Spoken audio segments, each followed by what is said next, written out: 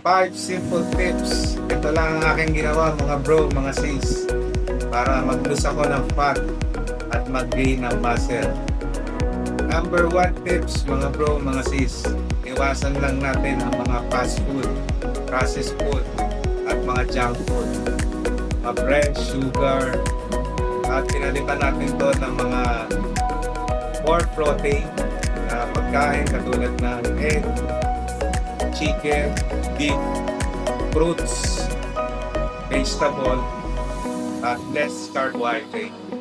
Number 2 tips mga bro, don't skip meals. Sa mga nag-lose weight at nag-lose fat, ito ang lagi natin nasa isip pag bago pa lang tayo. Huwag kang kumain, mag-cut back ka ng mga kakainin. Pero hindi. Ang ginawa ko ay every 3 hours ako kumakain at malinis yung kinakain ko. Kaya doon ako mas effective at alam ko magiging effective sa inyo. Hindi porket nagda-diet ka, nag-lose weight ka, hindi ka nakapalito. Kailangan natin kumain para mas mapabilis yung metabolism natin. Lalo na healthy yung kinakain natin.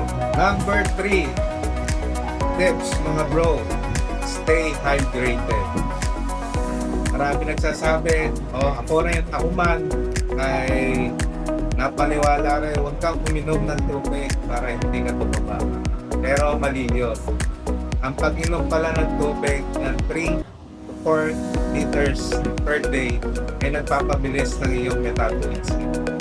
At hindi ito nakaka-apekto sa pag-gain mo ng fats. Kaya stay hydrated mga bro, mga sis.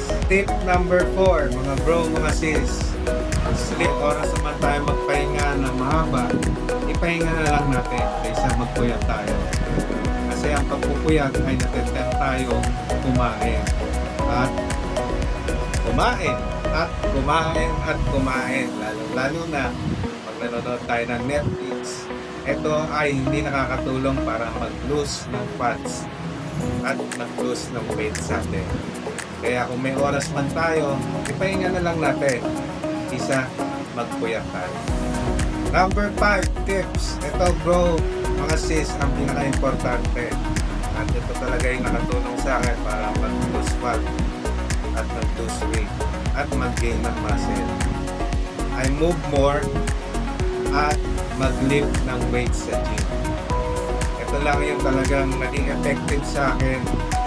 Although lahat naman ng exercise ay effective, pero ito talaga yung ginawa ko para tumayat tayo at mag-gain ng muscle. Okay. Please subscribe and like my page. Good morning mga bro.